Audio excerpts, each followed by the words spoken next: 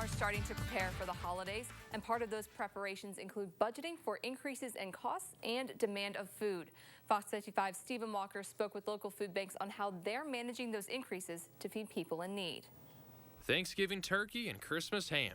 Local food banks may struggle to supply popular holiday dinners to families this year. Trying to get stuff that is more, I don't want to say cultural necessarily, but just holiday items, things like that. They're a little bit more tough to come by.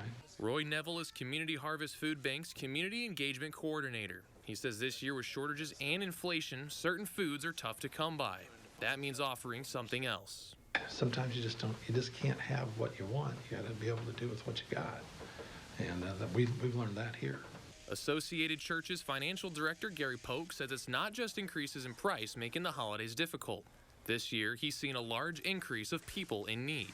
They haven't seen an increase in their wages, but they have seen an increase in the amount of money it takes for them to survive. And as a result, our food pantries are seeing an increase in the amount of food that we need to distribute. The government helped offset the costs during the heart of the pandemic. But this year, his organization had to increase spending to get enough food.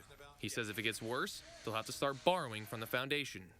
That money isn't there this year and probably won't be there next year either.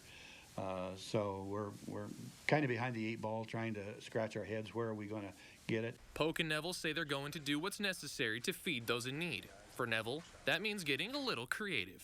People still need to eat, and we may not be able to give them a turkey, but we can give them a pretty big chicken. And it may not put two chickens together. Whatever it takes.